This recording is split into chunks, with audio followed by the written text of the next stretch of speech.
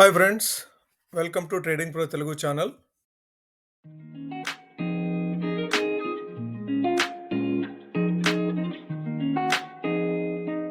Good evening friends. Sensex 182 పాయింట్ల లాభంతో 81,330 దగ్గర క్లోజ్ అయితే, నిఫ్టీ 88 పాయింట్ల లాభంతో 24,667 దగ్గర క్లోజ్ అయింది. వేరేస్ బ్యాంక్ నిఫ్టీ 139 పాయింట్ల నష్టంతో 54,801 దగ్గర క్లోజ్ అయింది. నిన్న మనం వీడియోలో మాట్లాడుకుంది ఏంటంటే బ్యాంక్ నిఫ్టీ అవుట్ పర్ఫామ్ చేసిందని చెప్పి మాట్లాడుకున్నాం. కానీ ఈరోజు బ్యాంక్ నిఫ్టీ అండర్ పర్ఫామ్ చేసింది నిఫ్టీతో కానీ సెన్సెక్స్తో కానీ పోలిస్తే.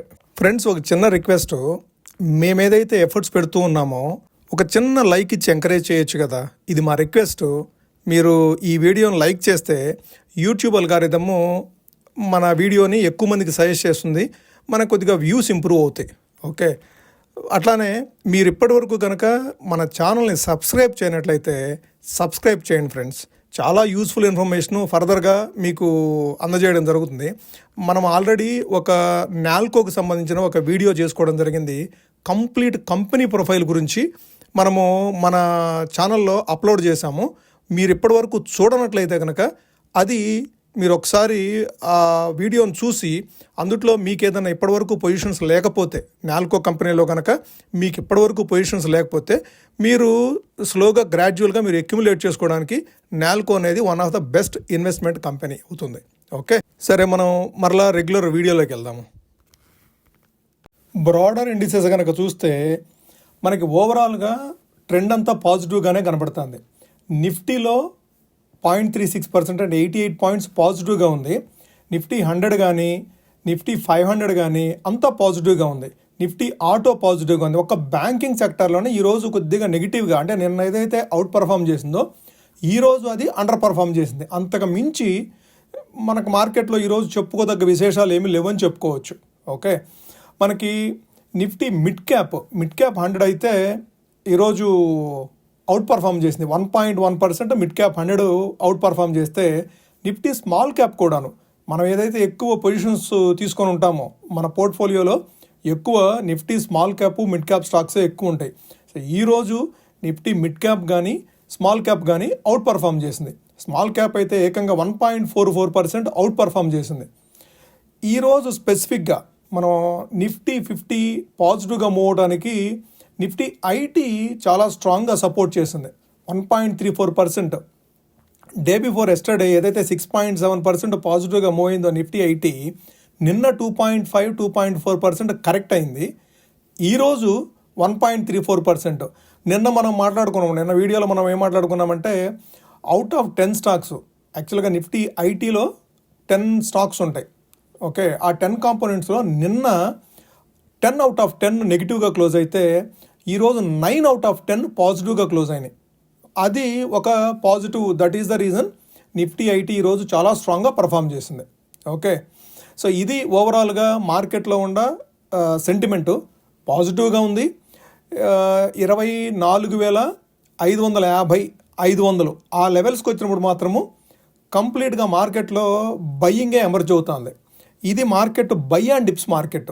ఓకే, సో మనం ఇప్పుడు బై అండ్ డిప్స్ మార్కెట్లో ఉన్నాము. ఏదన్నా మార్కెట్ ఫాల్ అయితే స్లైట్గా మనము దాన్ని బై చేసుకోవడానికి ఆపర్చునిటీ కింద యూజ్ చేసుకోవచ్చు. నెక్స్ట్ లెగ్ ఆఫ్ ర్యాలీ ఏ విధంగా ఉండొచ్చు అనేది మనము చార్ట్ చూస్తూ మనము లెవెల్స్ ఐడెంటిఫై చేసే ప్రయత్నం చేద్దాము, నిఫ్టీలోను బ్యాంక్ నిఫ్టీలోను. ఇది నిఫ్టీ చార్టు. నిన్న మనము ఇన్సైడ్ క్యాండిల్ గురించి మాట్లాడుకున్నాము. ఇన్సైడ్ క్యాండిల్ ఫామ్ అయితే ఏ విధంగా మనం దాన్ని అర్థం చేసుకోవాలి అని చెప్పేసి ఈరోజు ఇంకొక ఇన్సైడ్ క్యాండిల్ ఫామ్ అయింది. సో నిన్న క్యాండిల్తో ఈరోజు ఇంకొక ఇన్సైడ్ క్యాండిల్, నిన్న క్యాండిల్ లోపలే ఈరోజు క్యాండిల్ ఉంది. అయితే నిన్న క్యాండిల్కి ఈరోజు క్యాండిల్కి డిఫరెన్స్ ఏంటంటే, నిన్న క్యాండిల్ కంప్లీట్గా హై ఎండ్లో ఇన్సైడ్ ఉంది. బట్ ఈరోజు క్యాండిల్ అఫ్కోర్స్ డే బిఫోర్ ఎస్టర్డేకి ఇన్సైడ్ క్యాండిల్, బట్ నిన్న లో వచ్చేసేసి 24,547 అయితే ఈరోజు లో 24,535. ఓకే, అప్రాక్సిమేట్గా సేమ్. ఇది కూడా consider as a inside candle. Okay, inside candle మీరు ఆల్రెడీ చూసుంటే కనుక మీకు అర్థమై ఉంటే ఓకే. లేదంటే మనం సింపుల్గా మాట్లాడుకోవాలంటే ఇన్సైడ్ క్యాండిల్ ఏంటంటే, ఇన్సైడ్ క్యాండిల్ కన్సాలిడేషన్ రిప్రజెంట్ చేస్తుంది. ఓకే, ఒకవేళ ఒక స్ట్రాంగ్ మూమెంట్ తర్వాత అప్ సైడ్లో కానీ డౌన్ సైడ్లో కానీ స్ట్రాంగ్ క్యాండిల్ ఫామ్ అయిన తర్వాత ఇన్సైడ్ క్యాండిల్ వస్తే ఆ ఏదైతే స్ట్రాంగ్ క్యాండిల్ ఉందో ఆ strong candle high, strong candle low, ఈ రెంటి మధ్యలో కన్సాలిడేషన్ ఉండే అవకాశం ఉంది. At least 1 or 2 days or 2 to 3 days consolidation ఉంటుంది.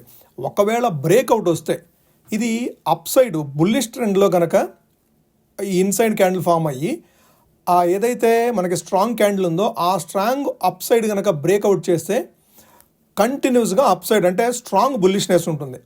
అదే ఇది యాక్చువల్గా బుల్లిష్ ట్రెండ్లో ఉన్న క్యాండిల్ కాబట్టి ఇది బుల్లిష్ సైడే చూడాలి మనము.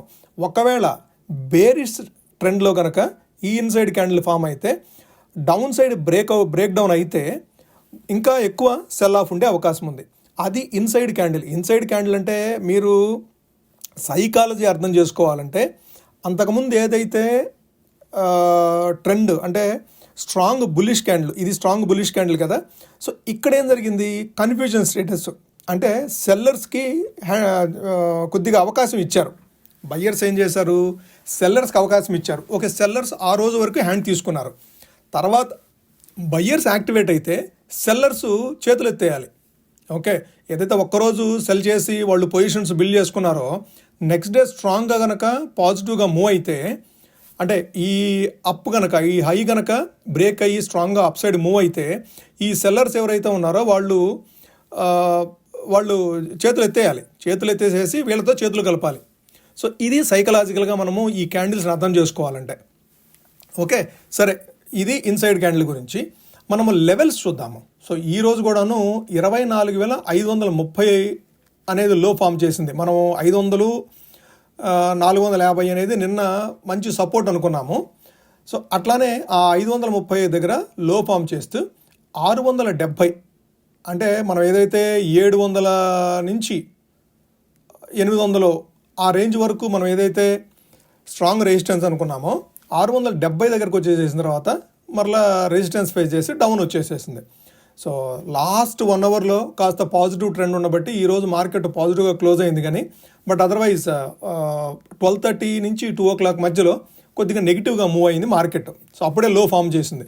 ఓకే, సో ఓవరాల్గా రేపటికి మార్కెట్ చూడాలి అంటే, సో రేపటికి మనం మార్కెట్ అర్థం చేసుకోవాలంటే 24,500 లోయర్ సపోర్ట్ వచ్చేసేసి 24,500, టాప్ వచ్చేసేసి రెసిస్టెన్స్ వచ్చేసేసి 24,800. సో 24,500 నుంచి 24,800 మధ్యలో రేపు నిఫ్టీ కదలాడే అవకాశం ఉంది. రేపు ఎక్స్పైరీ ఉంది, 15th May ఎక్స్పైరీ ఉంది. సో ఈ ఎక్స్పైరీకి 24,500 నుంచి 24,800 మధ్యలో కదలాడే అవకాశం ఎక్కువ ఉంది. సో 24,500 కనుక బ్రీచ్ చేసి కిందకు వస్తే మనము 24,400 వరకు మళ్ళీ 100 పాయింట్స్ లో అనేది ఒకసారి చూడవచ్చు క్విక్గా. అదే 24,650, 660 కనుక క్రాస్ చేసి అప్ సైడ్ వస్తే 24,800 అనేది మళ్ళీ ఒకసారి టచ్ చేసే అవకాశం ఉంది. ఓకే, ఇది నిఫ్టీకి సంబంధించి. అట్లానే బ్యాంక్ నిఫ్టీ చూద్దాం ఒకసారి. ఇది బ్యాంక్ నిఫ్టీ చార్టు. బ్యాంక్ నిఫ్టీలో కూడా ఏదైతే నిన్న ఇన్సైడ్ క్యాండిల్ ఫామ్ అయింది అనుకున్నామో, సో ఈరోజు కూడాను ఆ ఏదైతే స్ట్రాంగ్ బుల్లిష్ క్యాండిల్ ఉందో ఆ క్యాండిల్ మధ్యలోనే ఎక్కువసేపు మూమెంట్ అయింది. సో మనం 15 minutes క్యాండిల్లో కనుక మనము మార్కెట్ ఎక్కడ మూవ్ అయింది అని చెప్పి బ్యాంక్ నిఫ్టీలో అబ్జర్వ్ చేస్తే బ్యాంక్ నిఫ్టీ 55,000 నుంచి డౌన్ సైడ్ మూవ్ అయిన తర్వాత 54,600, 54,550 లెవెల్స్ దగ్గర కాస్త సపోర్ట్ తీసుకుంటూ అక్కడి నుంచి మరలా డే క్లోజింగ్ వచ్చేప్పటికి 54,800 ఆ లెవెల్లో క్లోజ్ అయింది. కానీ బట్ 54,500 లెవెల్ అనేది ఈరోజు టెస్ట్ చేసింది. ఓకే, సో 54,500 అనేది నిన్న ఏదైతే మనం సపోర్ట్ అనుకున్నామో 54,600 నుంచి 54,550 ఆ మధ్యలో సపోర్ట్ అనుకున్నామో ఇక్కడ మనం లైన్ కూడా డ్రా చేసుకోవడం జరిగింది. ఆ సపోర్ట్ని ఈరోజు రెస్పెక్ట్ చేసింది చూడండి. సో ఈ 54,500 అనేది స్టిల్ మనకి సపోర్ట్ కిందే ఉండే అవకాశం ఉంది. సో మనము సపోర్ట్ అండ్ రెసిస్టెన్స్ ఐడెంటిఫై చేయాలి బ్యాంక్ నిఫ్టీలో అంటే డే క్యాండిల్కి వెళ్ళిపోయి సో 54,500 అనేది మనకి సపోర్ట్ కింద యాక్ట్ చేస్తుంది బ్యాంక్ నిఫ్టీలో. So 54,500 support, 55,500 resistance. సో ఈ 1000 పాయింట్ల మధ్యలో కదలాడే అవకాశం మాత్రం ఎక్కువగా కనపడుతుంది మనకి. సో 54,500 నుంచి 55,500. సో ఈ రెండు కనుక బ్రేక్ చేయనంత కాలము కన్సాలిడేషన్ ఫేజ్లోనే ఉంటుంది. ఒకవేళ అప్ సైడ్ 55,500 బ్రేక్ చేసి అప్ సైడ్ మూవ్ అయితే మరలా ఒకసారి 56,100 టెస్ట్ చేసే అవకాశం ఉంది. అదే లోయర్ సైడు 54,500 కనుక బ్రేక్ చేసి కిందకు వస్తే మరలా ఒకసారి 54,000 ఓకే 54,000ని టెస్ట్ చేసే అవకాశం ఉంది. సో ఇవి మన బ్యాంక్ నిఫ్టీలో చూడాల్సిన levels.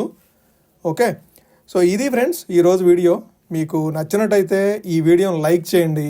So that YouTube algorithm ఏం చేస్తుందంటే ఎక్కువ లైక్స్ ఏదైతే వీడియోకి వస్తాయో ఆ వీడియోని ఎక్కువ మందికి సజెస్ట్ చేస్తూ ఉంటుంది. సో యూట్యూబ్ అల్గారిథం అని మనం బీట్ చేయాలి అంటే మనకు లైక్స్ కావాలి. ఓకే, మీకు నచ్చినట్టయితే లైక్ చేయండి. అట్లానే మీ ఫ్రెండ్స్కి కానీ మీ రిలేటివ్స్కి కానీ ఇది యూస్ఫుల్ అవుతుంది, ఈ అనాలిసిస్ ఈ లెవెల్స్ ఎవరికన్నా యూస్ఫుల్ అవుతుంది అనుకుంటే మీరు షేర్ చేయండి. అట్లానే మీరు ఇప్పటివరకు ఛానల్ కనుక సబ్స్క్రైబ్ చేయనట్లయితే ఛానల్ మాత్రం సబ్స్క్రైబ్ చేయండి ఫ్రెండ్స్. Thank you.